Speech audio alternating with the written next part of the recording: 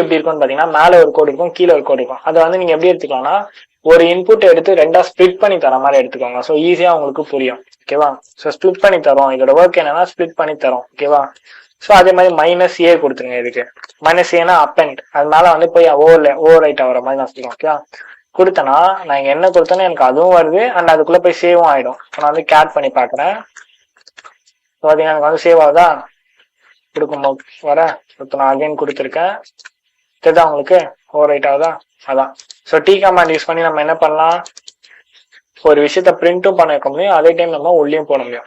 இது உங்களுக்கு இப்ப தெரியாது, இது ஏன் நான் இப்போ இதை சொல்லித்தரேன்ட்டு நம்ம டூல்ஸ் எல்லாம் யூஸ் பண்றது மாதிரி நான் உங்களுக்கு காட்டுவேன். அந்த டூல் யூஸ் பண்றப்ப நான் இந்த கமாண்ட்ஸ் எல்லாம் யூஸ் பண்ணுவேன். ஓகேவா? அதுக்காக தான். ஃபைனலா girl command. Girl command one of my favourite command. ஏன்னா வந்து இப்போ இந்த கமாண்ட் யூஸ் பண்ணா நான் வந்து வெப் சாக்கெட் கூட நான் கம்யூனிகேட் பண்ணேன். லைக் வெப் சர்வர் கூட கம்யூனிகேட் பண்ண வச்சுக்கோங்களேன். இப்போ